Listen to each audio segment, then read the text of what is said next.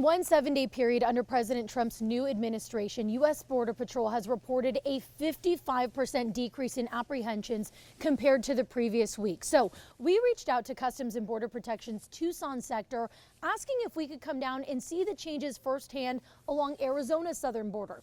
They said yes, so today we're riding along with field agents.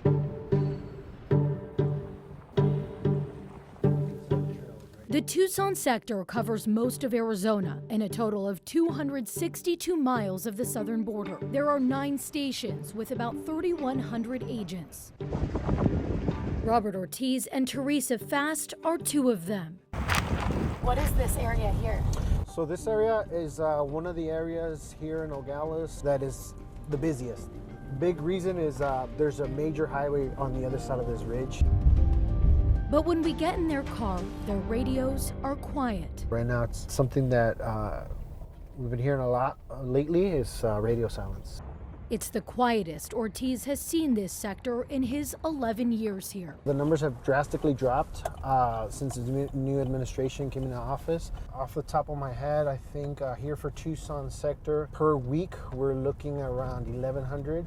Which was a drastic change because once upon a time that was just a size of one group that we would have here. From October of 2022 through December of 2023, the number of encounters with people crossing the border in the Tucson sector continued to rise. That December, the sector had more than 80,000 encounters, a record number. Most were migrants who turned themselves in, hoping to ask for asylum. Ortiz says that meant that nearly every agent had to switch to a processing job. All the manpower was diverted to processing, so we didn't even have people in the gaps. So there were some times that there was nobody out in the field. People were literally coming through the gaps in the wall and waiting for CBP to turn themselves in to claim asylum? That was, yes. Last year, the number of encounters began to decline after former President Biden issued a proclamation that suspended the right to seek asylum for those without appointments or for those who did not arrive to an official port of entry. In December of 2024, there were just over 7,300 encounters, an average of 235 people per day. CBP says with more recent changes, that number is even lower. The numbers have decreased approximately 52% since before the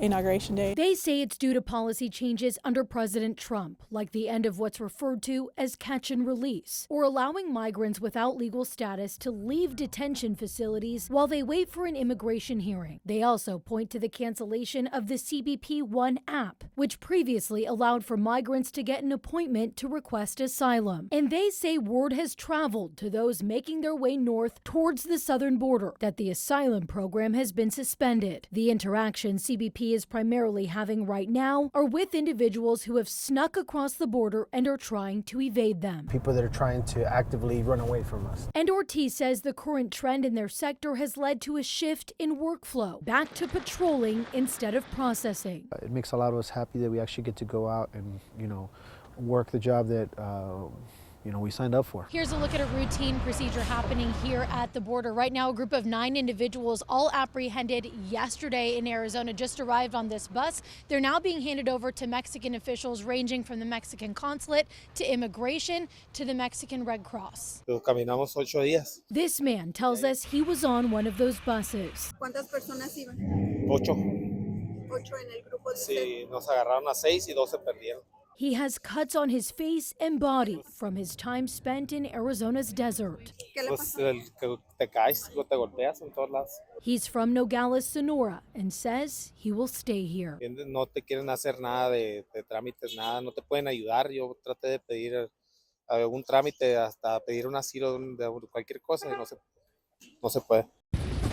While just north of the border is quiet, south of the border, the Mexican government and humanitarian groups are busy. Joanna Williams is the executive director of Kino Border Initiative, which works to assist migrants in Nogales, Mexico with food and shelter, also helping them navigate the next steps in their journey. Since the summer of last year, she says they've primarily been helping people who have been deported after trying to cross into the U.S. to seek asylum. Since the inauguration, also people who have had their CBP One appointments abruptly canceled. For example, I was talking to a family family this morning. It was from Venezuela that's been stranded in Mexico for 8 months. And they were so excited in early January when they finally got their appointment. And so they traveled all the way up to Nogales to present themselves at the port of entry. But their appointment was for January 21st. So what happens next for those individuals? Well, that's the big question that people are living with. So some people are trying to move back to wherever it was that they were previously stranded. Other families are thinking about trying to settle here in Nogales. Williams says they are also preparing for an influx of people as Trump has promised mass deportations. Deportations that would likely stem from ICE operations, different from CBP. Those people, Williams said, could be people who have lived in the United States for decades. It's a very different situation than someone who's coming from the South because they're just not familiar culturally with Mexico.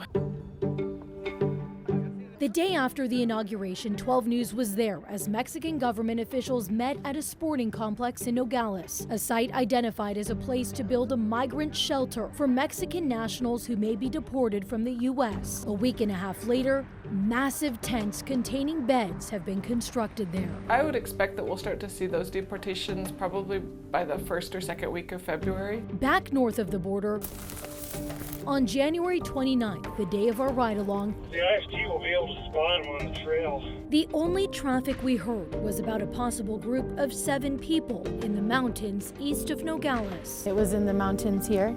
Yes. That day, field agents in the Tucson sector apprehended less than 150 people who they say illegally entered the United States. In January last year, the daily average was 1,600. Part of the job is just waiting, but being ready. Despite the dramatic change, Ortiz says he doesn't expect this sector to stay this quiet forever. Things change in a moment's notice, right? So even though it is quieter than usual, I've been here long enough to know that there is something coming.